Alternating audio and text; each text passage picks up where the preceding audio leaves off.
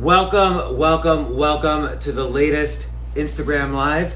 I'm so glad people could make it. Of course, no one's logged on yet, but they will be. Today, we both want to cover more details, how to create a profitable newsletter. I also want to talk about how to build an email list. There was something else I really wanted to talk about, but now I totally forget that I just mentioned to you. But I'm going to talk about some stocks.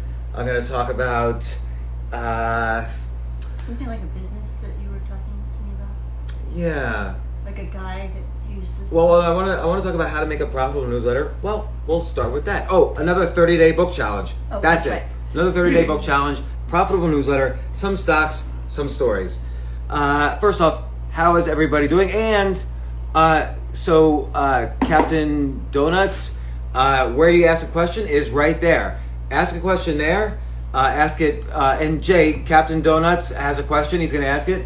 Jay will put everything on a document for me, and I will answer questions. We'll both answer questions throughout this IG Live / podcast. I don't know if you noticed. Subscribe to my podcast, The James Altucher Show, because we're putting these on the podcast. If you ask a question, I'll mention your name or your IG account, so hopefully that will drive traffic to your IG account. Jay, can you do me a favor? When someone asks a question, put their IG account name next to the question on the file, so I will, we'll both refer to their IG account.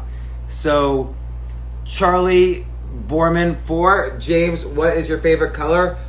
I don't have a favorite color. What's your favorite color? It's not a color. Actually, I like chartreuse. What is chartreuse? That feels like a fake color. It's like a green. It's like a limey green. Who invented chartreuse? Like, I feel like in ancient Babylon, they wouldn't have said chartreuse. They would have just said grass color. Wouldn't have said. It's not that color though.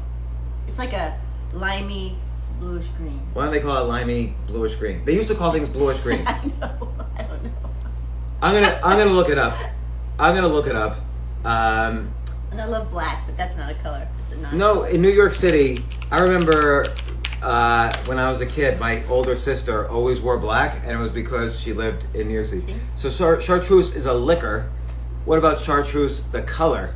I'm looking it up. I'm just curious I feel like colors like this are invented. Oh, this is fascinating. Mm-hmm. So the color chartreuse was introduced in 1764, and the term is defined by the Oxford English Dictionary as a shade of color, a pale apple green. Fun facts for all. So,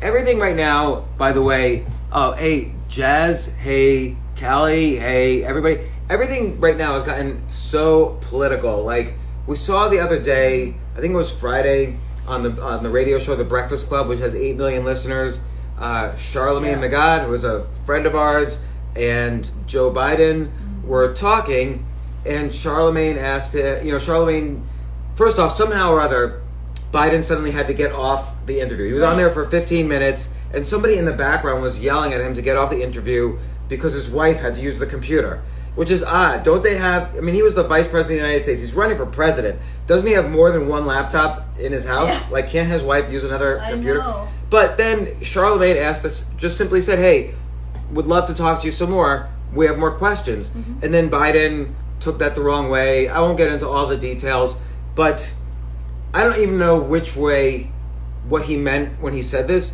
but everything is so political. People are jumping on every single tweet and just saying, so-and-so should be impeached because of this tweet. Biden is senile because of this one sentence he said. I remember, so this was like, a year and a half ago, Robin and I were in California. Jay was with us, actually. We were in California, and I was playing in a charity poker tournament that Bill Clinton was organizing. And Bill Clinton was running around doing his thing. And there was a lot of interesting people in the tournament. There were poker professionals, there were billionaire entrepreneurs, and then there was a loser like me.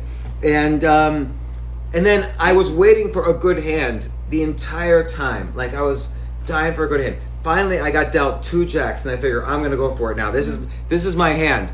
And then I look over, and Robin is talking to Bill Clinton, and I feel like you were leaning closer and closer to him. Now I couldn't hear him. Yeah, I didn't realize this till I spoke to him. But okay, hold on a second. So you're leaning closer and closer to him, and I'm like, what is going on here? And I'm staring at my 2 jacks. I'm staring at you two like leaning into each other. It's like a first date or something. And I figure, okay, forget it. I throw my jacks into the pie. I don't even play them. I fold 2 jacks.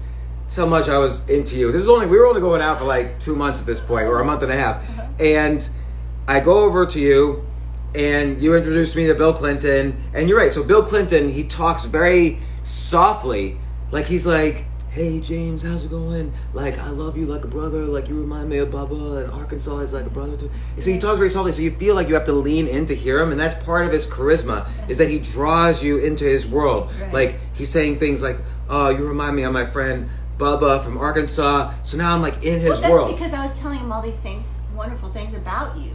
Well, I know. So he says that, but it's just very seductive. Like I'm like thinking, oh, I remind him of some guy named Bubba who is like a long lost brother to him, and he's talking so softly I can't hear him. So I'm leaning into him now, and he doesn't move. So I'm leaning into him, and so suddenly you really do feel like this is the first. You feel like he's a really charismatic guy, and then he's talking to me. I suddenly think to myself, is Bill Clinton my new best friend? Like he's saying, "Oh, you got to go to Puerto Rico with me. We're gonna check out the earthquake there, or the tsunami there, or whatever." And like he's like putting his arm around me and talking, and then I really do think like, "Oh my gosh, Bill Clinton! I'm gonna call him when I get home. We're gonna like hang out." and then I ask you later, what the heck were you talking? You were like da da da da da da. You were talking so intensely to him. Yeah. I'm like, what are you talking to him about? And you said, I had some ideas about Africa. Now, credit to you. You lived in Africa for 3 years. You have we've been to UN parties involving with all the African leaders. But I'm thinking to myself, Bill Clinton does not give a shit what you think about Africa. Like, he doesn't. He knows everything there is to know, right? So, I was giving him solutions to certain things, though, in Ghana. You were giving him solutions, like what? Well, in Ghana... And I'm not putting you down, by the way, but he's the former president of the United States. No, well, the thing is, I'm sure he knows all about it, but maybe not. But the thing is that in Ghana, up in the north, there is where they do all the farming, and the food is rotting there. There's so much food that it rots because they can't get it down to the people in the southern part. So there is a problem with the roads and everything, and so they've only fixed the roads and have shelter for things like cocoa and those sorts of things that Ghana has, the resources. And wait, why don't they have, like, if I make, I don't know, meat, why can't I go on the roads with meat? Well, you can, but they only allow, there's no shelter for the food. They don't create anything for like people, a warehouse? The farmers, like a warehouse or anything. And so it's just rotting. And they can't get it down to the people. They can't use the trucks. They don't have proper trucks to truck it down. But isn't cocoa heavier? Yes, but only those trucks are used for cocoa. And they're only used for those things. Why can't they use it for meat? Well, the government doesn't want to, see. They're selling their resources. Right. It's and so the government's involved. So we need to invade Ghana, is what you're telling President Clinton. Well, I'm just... Who could tell... I don't know. Anyway, you could tell Biden. I've got so many stories about that, and then the malaria. They can use neem tree. I have so many stories. So then we take a photo of us with Clinton, and I put I put the photo with you, me, and Bill Clinton on Instagram, and I lost like 100 followers in a second. Like, that's again how polarized everything is. Like, I can't even tell you a single policy that Bill Clinton put in place while he was president, other than he had no sales taxes on internet, which helped the internet really explode, which I thought was a good policy. Actually, I could tell you a few more, but he's a really nice person. After all the murders and stuff like that, then I can go along with it. But he is charismatic, as you say. He is super charismatic. You do feel like Bush, you do feel like he's also the same. Yeah, all of them probably. I mean, you can't be president of the United States without being really charismatic. Right. I've never met. Oh, Clinton's the only one I've ever met, thanks to you introducing me. But I put this photo up. I lose 100 Instagram followers in a second. Like, really? You've been following me for 10 years, and then I put up one photo with Bill Clinton, and you don't know how I feel about him, and then everybody starts unfollowing. And in any case, I don't think Bill Clinton murdered anybody. I think he's a good guy, or who knows? I don't even know.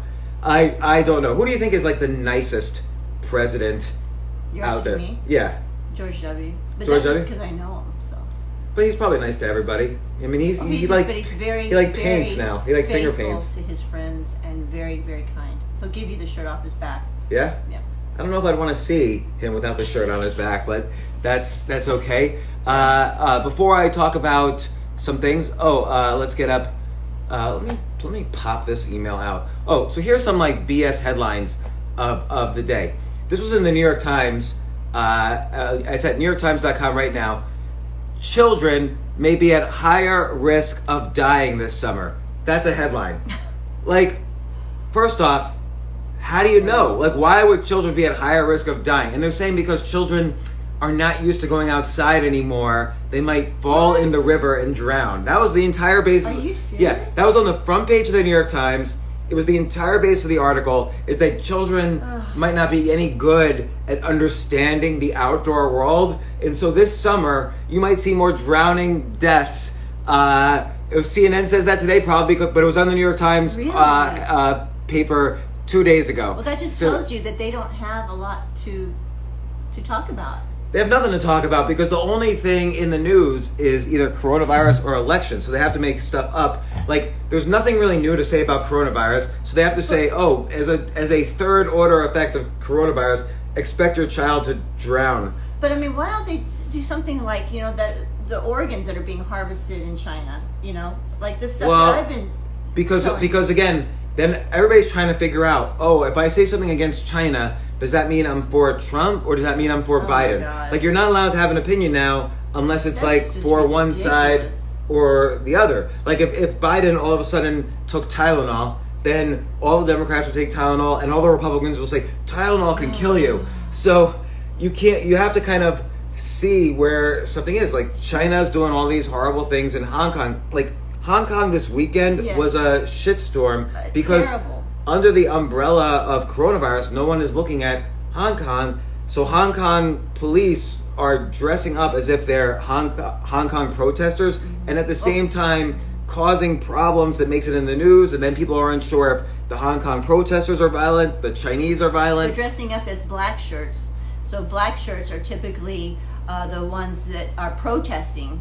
But what the Chinese government has done is they're hiring these thugs to dress up with black shirts and to go and beat people up. And we have lots of videos of this. I have a really good friend that lives there, two good friends that live there. And what they're doing is they're just spreading this propaganda that it's the protesters that are doing it, where in reality it's the government, the Chinese government doing it. It's terrible. And people don't know this here in the States because they don't really understand what is a black shirt. And again, it's not in the front page of the news because people don't know which side they should be on right now. It makes me shake. So I'm so upset about it. Here's another headline from the New York Times. They survived the worst battles of World War II and died of the virus. They're making it seem like World War II couldn't kill, Jack, but the virus finally did, as if the virus is more powerful than World War II. Guess what? If he was 20 years old in World War II, that means he's 100 years old right now. Yeah. Like, if you were 20 years old in 1941, you're 99 years old right now. So maybe it was about time for Jack to die anyway. Yeah. Like, it's not like, oh my gosh, he survived D-Day, but he couldn't survive this virus. Like, I don't understand what these headlines are thinking. And then, by the way, this is another good one, but this is a style. Will the coronavirus kill... Well, that actually is a good one. The beach is open. Oh, no, here's a good one. Will the coronavirus forever alter the college experience? And so I like that a bunch of these headlines have question marks at the end. Like, I go to the newspaper maybe to get answers, not question marks. Like, since You didn't see the day after 9/11. Will 9/11 change the world? Of course it will. You would see 9/11. World Trade Centers attacked. They're just fact news. Changing their structure, maybe. I don't know. I think people click on. Here's the thing. Question. This is a very important thing. Any title that is structured as a question, a will, why, who, where, those go higher in search engine results. So if you ask a question, so they're playing that game. Yeah. But it's still, nobody can just legitimately give news. And now, before I talk about the next book challenge, some profitable ideas, I do of course want to go to the best headline of the day. Let's just see, James, that's marketing. That's what you were doing with your someone calling out my Bitcoin ads.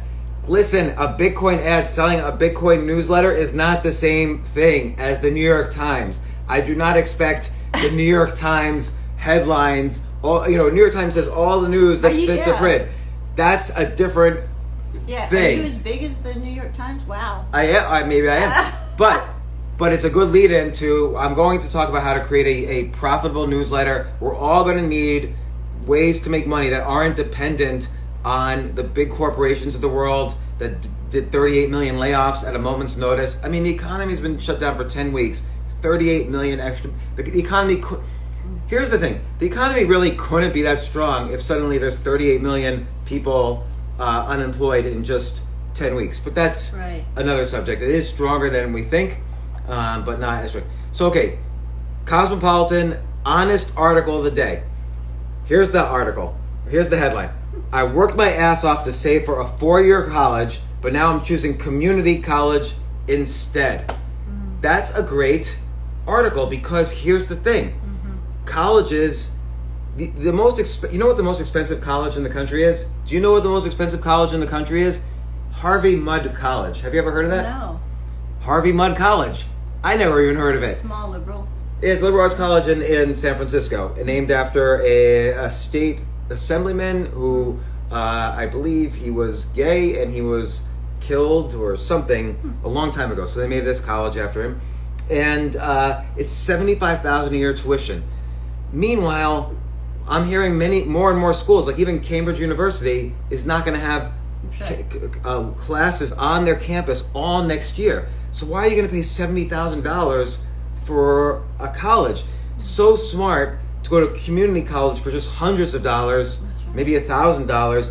Go for 2 years, and then you could transfer to Harvard if you want. You could transfer to a 4-year college and then get the 4-year degree if you want. But I do think by then there'll be more opportunities in online learning. You can get such a better education at Udemy, Coursera, LinkedIn Learning, Skillshare, Khan Academy, and so on. So community college is somewhere in the middle. I think the whole idea of licensing and credentialing is just so stupid. And I mentioned this before.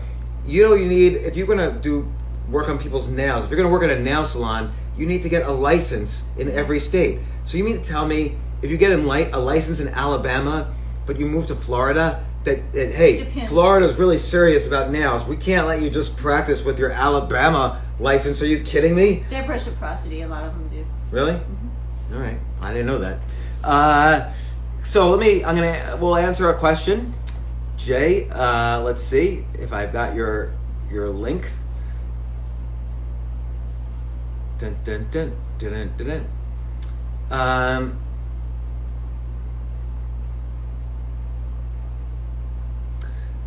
Captain Donuts, question. What do you think, and that's CAPTDONUTS, Capt Donuts.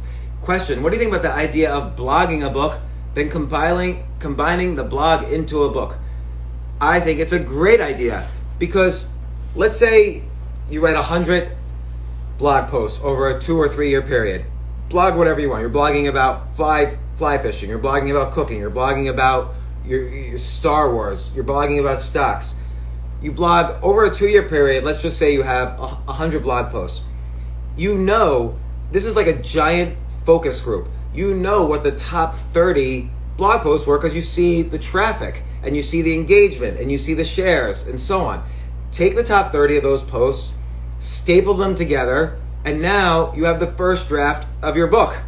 Boom. I'm serious. That's the first draft of your book. Now rewrite them so it's a little bit more, it doesn't just seem like you're taking blog posts. It seems a little bit more fluid, like one chapter, put a cliffhanger at each chapter, and make the whole thing a story. So in the even a nonfiction book, the beginning, there has to be a call to action. Like in Choose Yourself, my call to action was, I went broke, the economy is in shambles, people need to figure out how to choose themselves. How do you do it? That was my call to action. Then I described for the next part of the book how I did it, and I tell stories of other people who did it. Then for the third part of the book, it's as if I'm coming back and telling the story. I talk about what happened later after I had chosen myself. And then a lot of those chapters started out as blog posts, but the very first draft was I stapled them together, I made it into a book, and then I had an editor. I totally rewrote, but it's a good starting point for a book because it teaches you what content people are really responding to. So it's always a good idea to try out ideas, to do experiments, even with writing, and see very little downside to write a blog post, but huge upside when you see if there's a lot of response, and you can then rewrite that into a book chapter. So Captain Donuts, what are you thinking of writing your book about? Blog is the first draft, but Captain Donuts, tell us what is the topic for your book, because there's other things you can do as well. One thing, James is off camera. I'm sorry about that. You're off camera? I was off camera, Uh-oh. but now I'm on. Robin, you gotta keep track of these things. I know, I wasn't looking. So not just your blog though. People don't really go to blog posts anymore. I feel like I feel like people watch videos, people listen to podcasts, people go on IG lives, people watch LinkedIn blogs or read Quora answers. I love reading Quora answers. So here's what I would recommend. Don't just do blog posts. Answer questions on Quora. There's a lot more engagement on Quora, and when someone asks a question that this is something, and you can see how many people follow this question. You can see that that's a topic that a lot of people care about. Now, if you write an answer and you see huge engagement, then not only do you know a lot of people care about this topic, but you know that your answer, people also care about your answer. Compile all those answers together, you have a book. So one of the most popular people on Quora is this woman named Dushka Zapata. She's Mexican-American, and she talks about relationships and psychology, and she's a great writer, a great storyteller. She's written 4 books, maybe even more, but at least 4 books based on her Quora answers. She's published each one. They all do pretty well. They get great reviews. Answer questions on Quora. Answer a question a day, and then in a month or 2, put all your questions together, and you have a Quora book. But now I'm going to give another book challenge, and I think this will be an interesting one. So when I was a kid, there was a really popular book called The 100 Most Influential People in History. So it would have like Aristotle and Galileo and, I don't know, Franklin Delano Roosevelt, Abraham Lincoln, Julius Caesar, whatever. 100 most influential people in history. And I got the book, all my friends got the book, and we would like argue with each other about who was more influential than the other person. And so here's what I want you to do. This is a great 30-day book challenge. You can write this book in 30 days, and I'll describe exactly how to do it. But pick a category that you love. So for instance, sports or science or physics or intelligence or politics. And you could write a book, The 100 Most Intelligent People of All Time. And so maybe first is Isaac Newton, then Albert Einstein, then Marie Curie, then whoever, Thomas Edison, and on and on. And you can write there, you could do this just using Wikipedia, but I would write some quotes by them. I would write a little synopsis of who they are and what they did that was so amazing, plus throw in 2 or 3 unusual facts about them. Like, you take someone like Steve Jobs, like we said the other day, nobody knows he was the creator of the video game Breakout. Nobody knows he actually was adopted, and his real biological father was Muslim and his mom was American, and his half-sister, this was an interesting thing, Steve Jobs' half-sister that he didn't find out till the 90s, till he was in his 40s or whatever. His real life biological half-sister is Mona Simpson, who's a famous novelist in the 90s. So it's interesting that talent, So anyway, find 2 or 3 unusual facts about each person on your list. Then maybe tell your own personal story, what you admire, like maybe the 10 lessons you've learned from that person. So with Steve Jobs, you might say, I learned the importance of, design with each product that I might make. Or I learned the importance of, how to get in the media attention. Or I learned the importance of, how to go from bad management to good management. Like he was a bad manager in the 80s, he became a good manager in the 00s. So again, the 100 top, so pick a category, sports, the 100 best athletes in history. So maybe you throw in, I don't know, whoever the first marathon runner is, or you throw in Jim Brown, the football player, Kareem Abdul-Jabbar, the basketball player, Danica Patrick, the race car driver, and the same thing.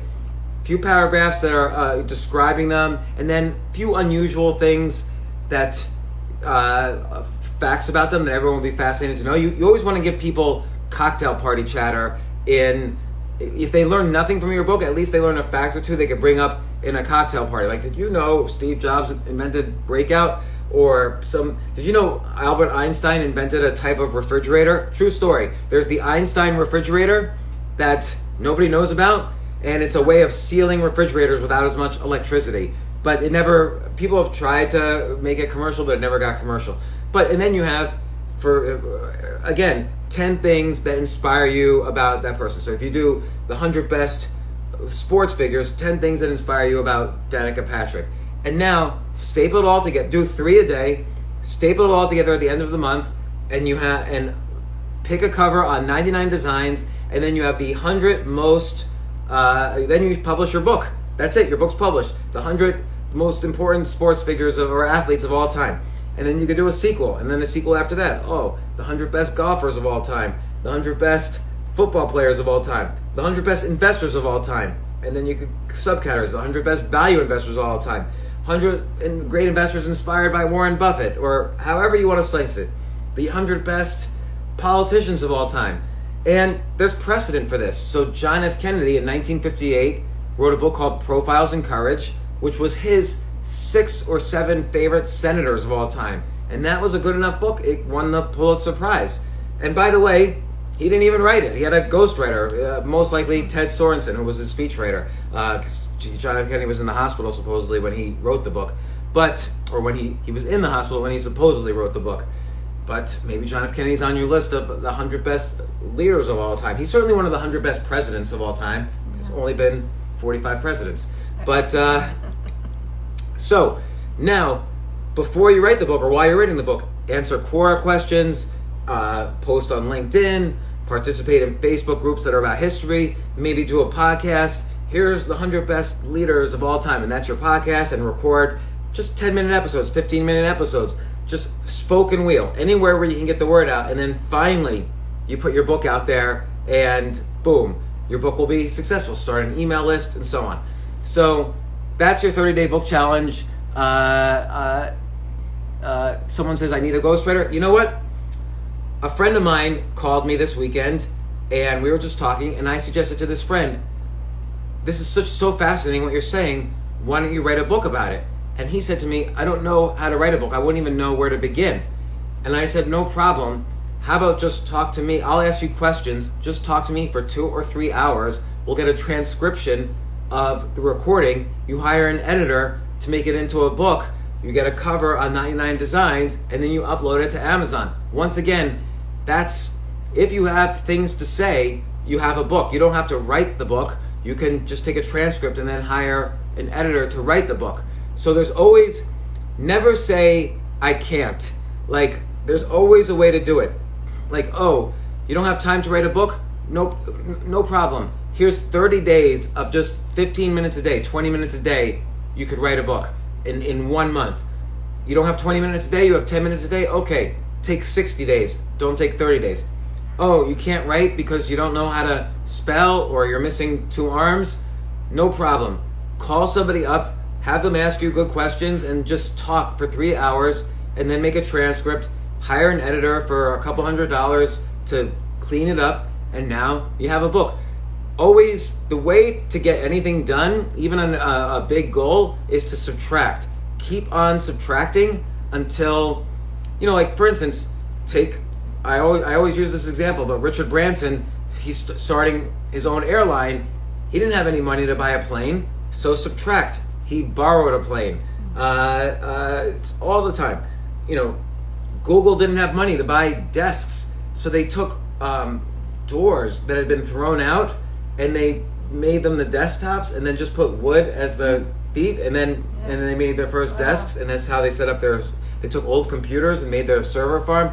As long as you subtract, there's always a way to do it. Do I have any tips for songwriting? And that's from Max 1.01. Here's what I would do. So I've never written a song, so I'll tell you a little story first. This mother in India, you'll appreciate this. This mother in India, she wanted her kid to stop eating sugary foods. So there wasn't public transportation available. She walked for an entire week with her little son to visit Gandhi. And she says to Gandhi, can you help me out? Just tell my little kid to stop eating sugary foods. And Gandhi says, come back in 2 weeks. And so the mother's all upset. Like, she walks all the way back home, takes a week. Then she walks back, takes a week. 2 weeks later, she comes back. And Gandhi just says to the boy, little boy, don't eat sugary foods. And that was it. And the mother says, Gandhi, why did I have to walk all the way home and come back for 2 weeks? Why couldn't you just tell her the first time? And Gandhi said, because first I had to stop eating sugary foods. And it's important for me always. I don't give advice unless I know what I'm talking about. I've never written a song, so I don't know what to tell you. But I have interviewed songwriters. Like, for instance, I interviewed Erica Ender on my podcast, who wrote Despacito, the most popular song ever on YouTube. It has 5 billion views on YouTube. And I asked her how to write a song. There are some very standard song structures. There's a chord structure for sad songs that has a kind of a minor chord structure. There's a chord song for inspirational songs, has like a major chord structure, and it gets much more nuanced and subtle. So study chord structures, then think in terms of poetry, practice your poetry, read maybe 100 other songs, just straight out read all of the Beatles songs. Lennon and McCartney were excellent songwriters. Just read the songs. Maybe even go on genius.com where it annotates all the song lyrics of every song. So study how deep the different writers were of your favorite songs, and then take an issue or topic that's important to you, like breakup or hard work, and you're working hard all day, and then your girlfriend's cheating on you at night, and now suddenly you have the basic chord structure of a Led Zeppelin song or a Jimi Hendrix song, and now you have the potential song.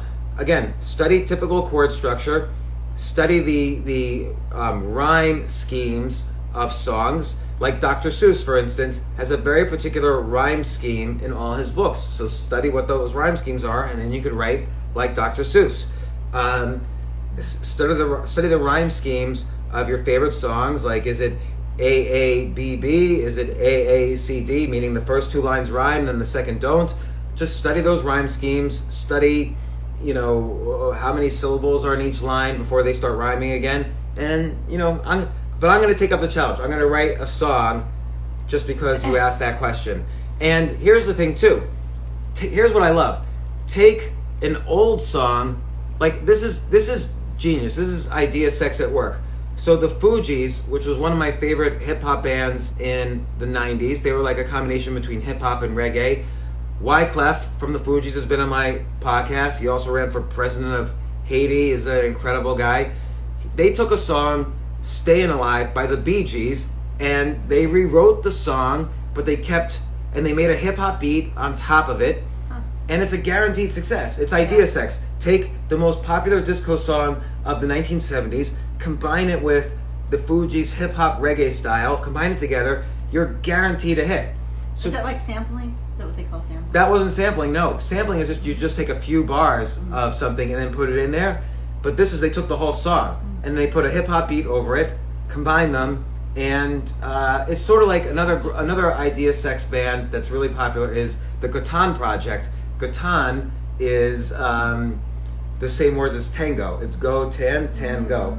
And so they take tango music, like real tango music, and put like a hip hop beat over it, or like a electronic music beat over it, and they make these beautiful kind of electronic tango songs. So it's idea sex at work. So take a song that you already love, like for instance, my favorite rap song, Gangster's Paradise by Coolio, was a Stevie Wonder song from 1977. So Coolio just took that song and gave it a hip hop kind of gangster beat and lyrics to it.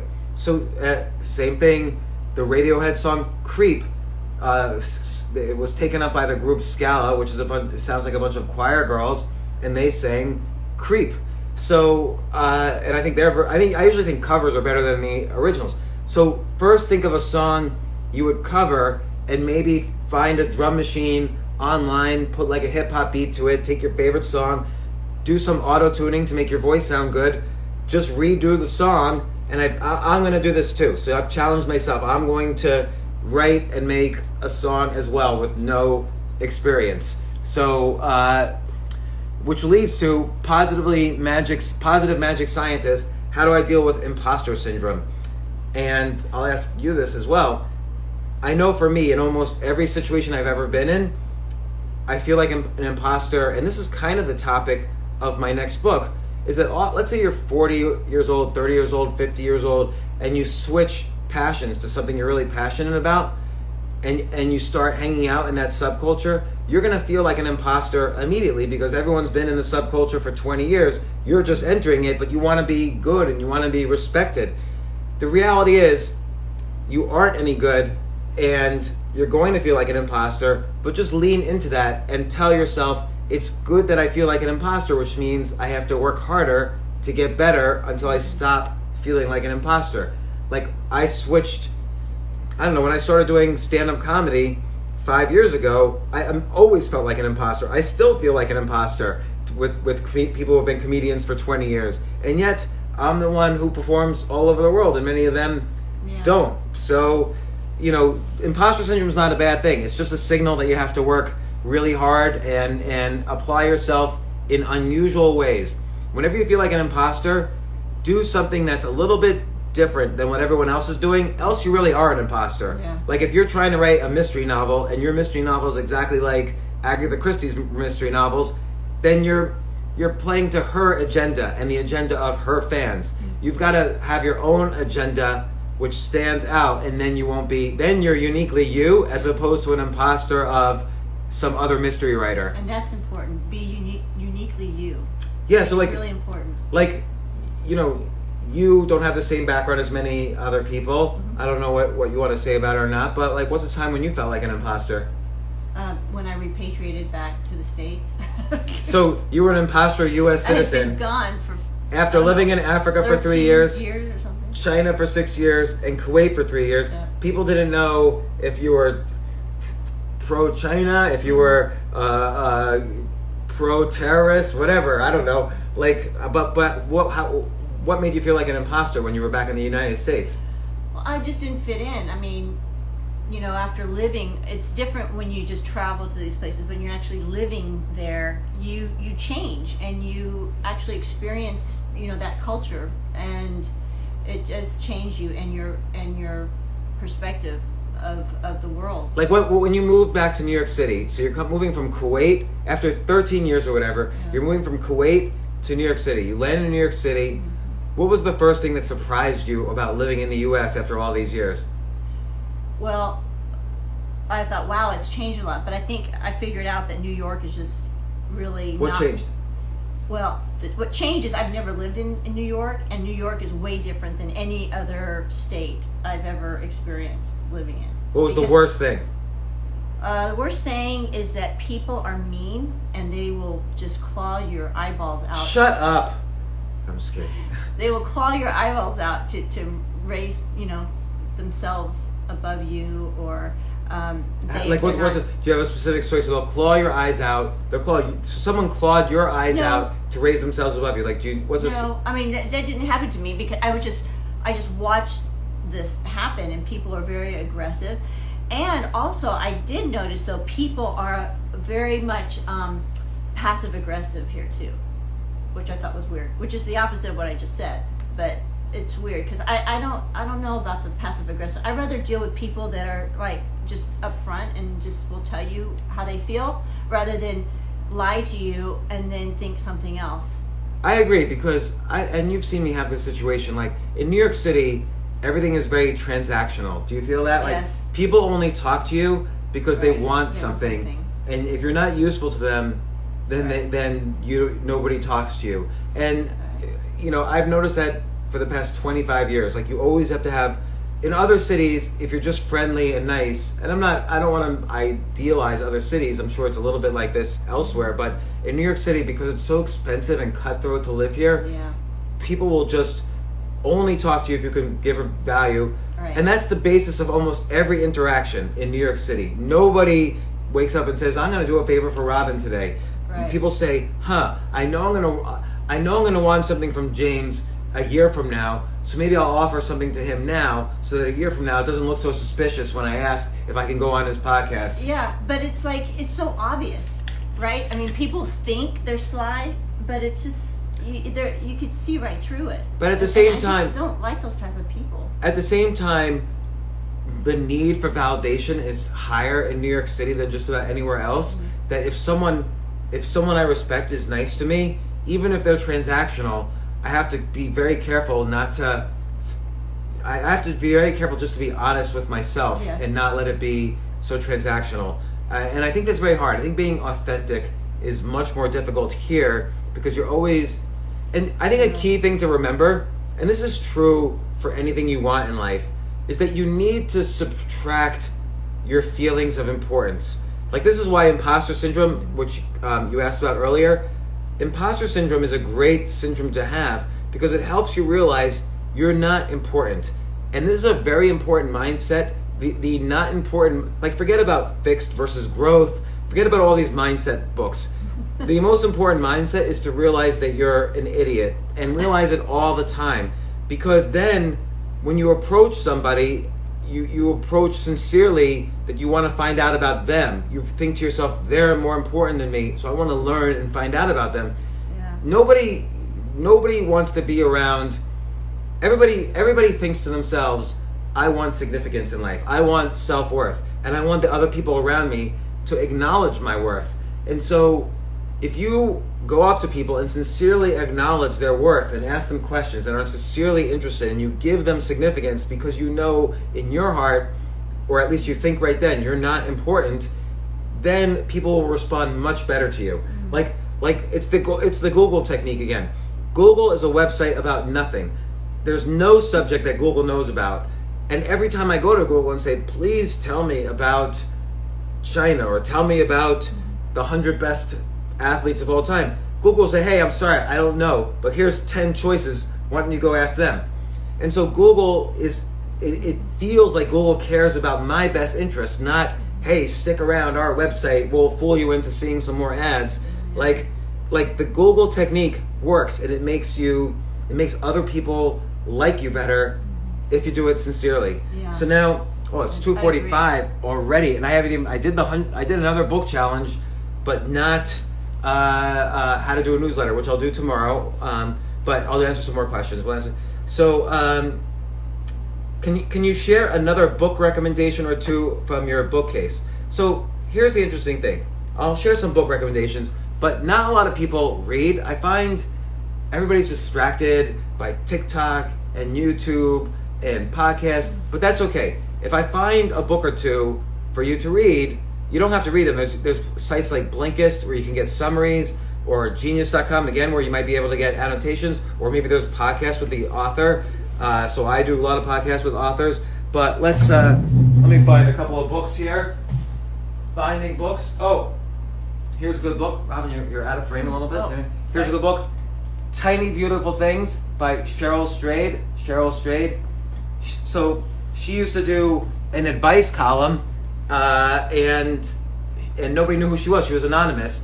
Finally, she revealed who she was, and she took all the advice. The advice column was really just a bunch of blog posts. She stapled all the blog posts together and made a New York Times best-selling book called Tiny Beautiful Things, and it's an advice book based on questions she got writing for this one website. And it's beautifully written, and she's got great advice. Whenever you're going to start whenever you're going to start writing something, always read for at least an hour or two beforehand, and this is one of the books I always turn to.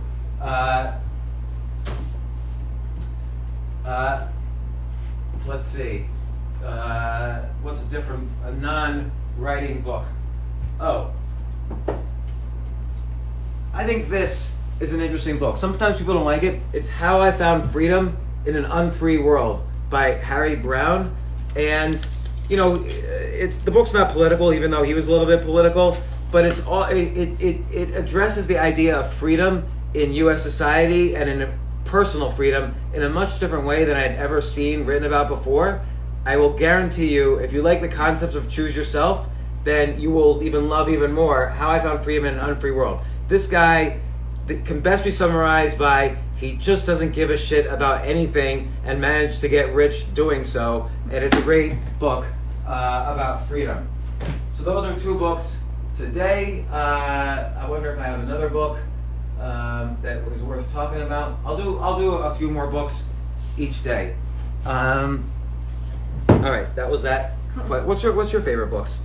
Oh, I was just looking at the word origins, and I like that kind of stuff. Chartreuse. Etymology and stuff like if you were gonna do your 100 best, for a 30-day book challenge, what would you do? What category would you pick? 100 Probably best parenting. So maybe the 100 best parents in history. That would be good. Yeah.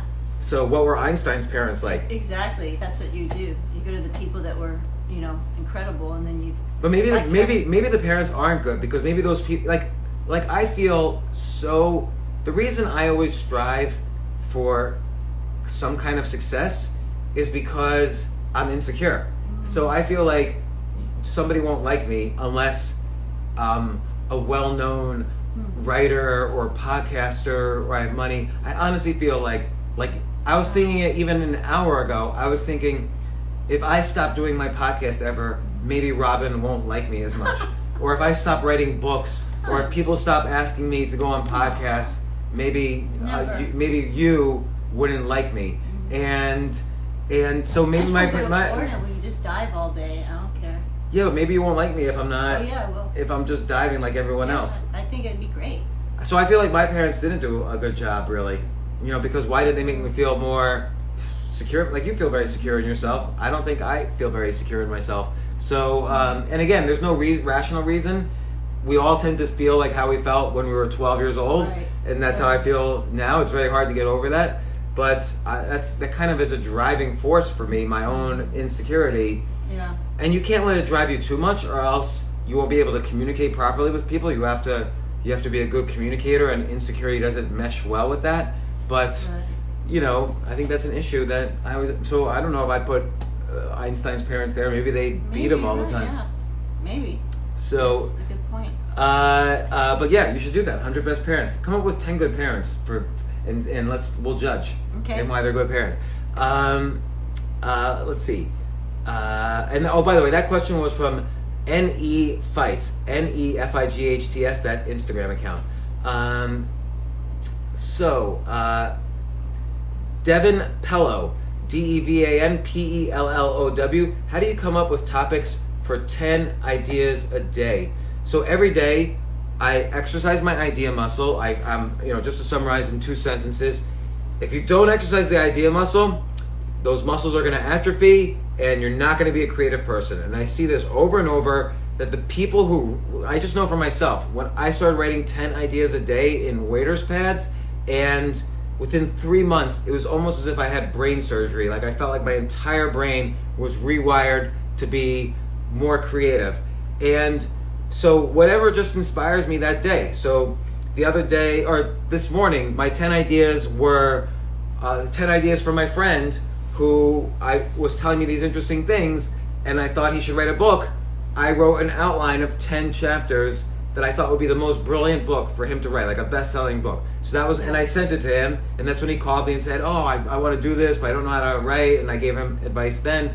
So just things like that. It improves your connections with people. It improves your creativity. The other day I wrote 10 ideas for a video conferencing platform, which, we'll see what I do with it. I mentioned how I wrote a few weeks ago. I wrote 10 ideas for a TV show that would appeal to 9-year-olds, and I sent it to Disney, and I ended up having a meeting with Disney where they shared with me what they were working on and asked if I had any ideas for those shows. So maybe I will get back to them with an additional list. So you can write book ideas, you can write investment ideas, business ideas, TV show ideas. I can write ideas for Robin. I can write the 10 best parents of all time, or the 10 best presidents of all time. You know what? I made a list. I made a list of idea lists for my next book. So let me see if I can find the list real quickly. Okay, 10 ideas for thriller novels, 10 things I learned yesterday, 10 items I put on my 10 list ideas. I usually write lists. I don't even understand that one. 10 ways I can surprise Robin. Don't look at that one. 10 ways to make old posts of mine and make books out of them. 10 industries I can remove the middleman. 10 online courses I can create. So, those are sample. This is a list of your 10 ideas. Yeah, I made a list. a 10 ideas for 10 ideas list. Right. So, and then I have a whole bunch in my next book coming out next March. I wish it was coming out tomorrow, but it's coming out next March. I just finished the most recent draft of it this morning. So, another question. Joseph Landis, do I agree with Scott Galloway that higher education is going to be disrupted massively? Are you kidding me, Scott? Are you kidding me, Joe and Scott? In 2005, I wrote an article, in the Financial Times. My column appeared every Thursday in the print Financial Times, and I wrote, don't send your kids to college. That was the title of that article in the Financial Times. In 2005, everyone made fun of me. Professors were arguing it. I lost friendships, like Catherine Schultz, the author of Being Wrong, and she's a writer for the New Yorker now. She literally stopped being my friends because of this post. And I just called her out by name. I'm sorry, Catherine, because I think you're really smart. But now it's like a common discussion. It's not Scott Galloway. Scott and I were talking about it on my podcast. So yes, I do think college is going to be massively disrupted. Not only that, look, masterclass.com just got valued at $1 billion in the past few days. Teachable, which I was an investor in, got acquired for $250 million 2 months ago. So, I think the most powerful thing you could do right now is create an online course or figure out some unique twist on the online learning thing. It's probably no good to just start up an online school now, but absolutely create an online course. We were going to talk about online newsletters today. I'm going to describe from beginning to end tomorrow how to set up an online newsletter and be profitable with it as quickly as possible. But you should today think of 10 online courses you could create. And there's so many benefits. You don't have to sell it, although you can. You can use it to generate material for or names for an email list, or to create a bigger social media following, or to get YouTube views. Absolutely. Online is the way schools are going. Again, Harvey Mudd College is $75,000 a year tuition. Who the hell was Harvey Mudd? Why is his school? Actually, Yale wasn't even in the top 10 for most expensive schools. Harvard wasn't. Princeton wasn't. Why are these schools so expensive? And do you remember anything? Do you remember anything from college? I can't even tell you a single thing I learned in college. I can't remember any of my first. I took an investing class my freshman year. I cannot remember it.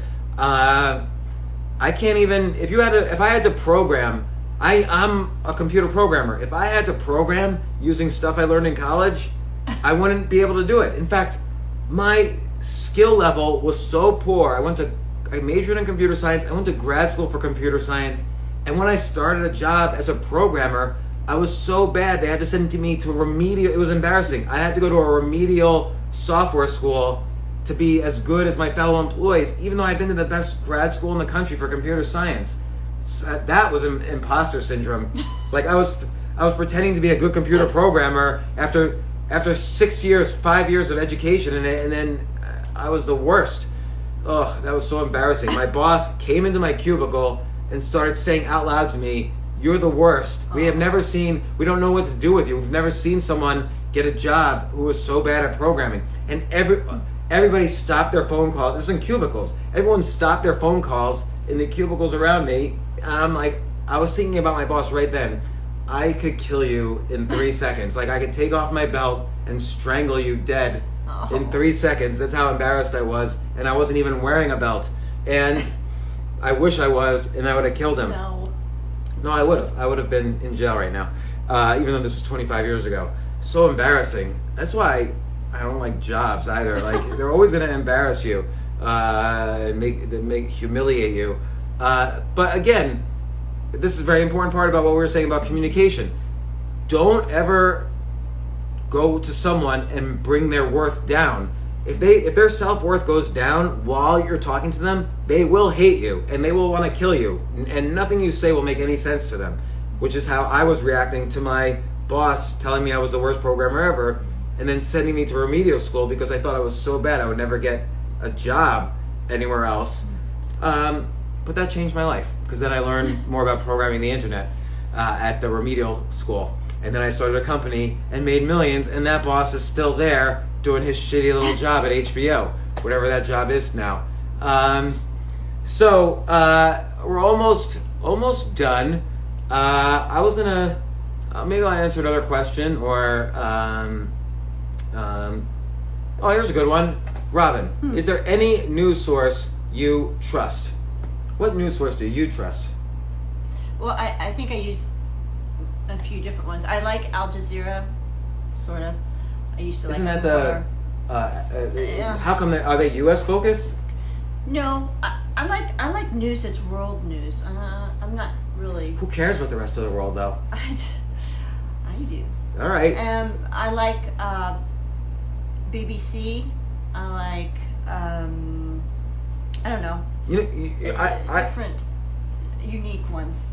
I can't remember. I have them all on my Twitter. So this is related to the important topic for tomorrow, which is online newsletters, because my main news source right now is the best online newsletters out there. So I pay for various newsletters relating to different parts of the news, and I'll read 3 or 4 of these newsletters every morning now. I didn't used to do this. I only started doing this when we started doing these Instagram lives, because I always wanted to be up to date on the news for you guys. And now that this is a podcast, it's good. But I like perspectives from other cultures. That's what I like. And I get tired of the same perspective, the American perspective. What are you saying about Americans? I just don't. I mean, I appreciate it. I just want different perspectives, because you stay in a bubble, and that's not healthy, I don't think. No, I agree. Maybe I need to expand my horizons a little bit more. I'll tell you, the newsletters I always must reads for me in the morning is Morning Brew, 1440, and The Hustle. The Hustle is a really great one about side hustles and so on. And Morning Brew has a great summary of the news, and 1440 has a similar type of summary of the news. And then, of course, Cosmopolitan.com with their excellent headline today, which I talked about earlier, about why you should choose community college instead of a 4-year college. So those are my news sources. This is what I was saying to you last night. And this is part of my insecurity, I feel incredibly lucky that I was locked down and quarantined with you, with Robin. And I can't even imagine what it would have been like being quarantined with someone else or being quarantined by myself. So I hope people are having a chance to find their community. And then Robin told me she felt lucky also. And I'm like, you're not so lucky. Don't go gambling so quickly anytime soon. You're not as lucky as you think you are. So I'm the lucky one. But with that said, tomorrow I promise how to create from beginning to end a profitable online newsletter, some stock picks, more book ideas. Don't forget the 30-day book challenge today. See you soon. Bye, everybody.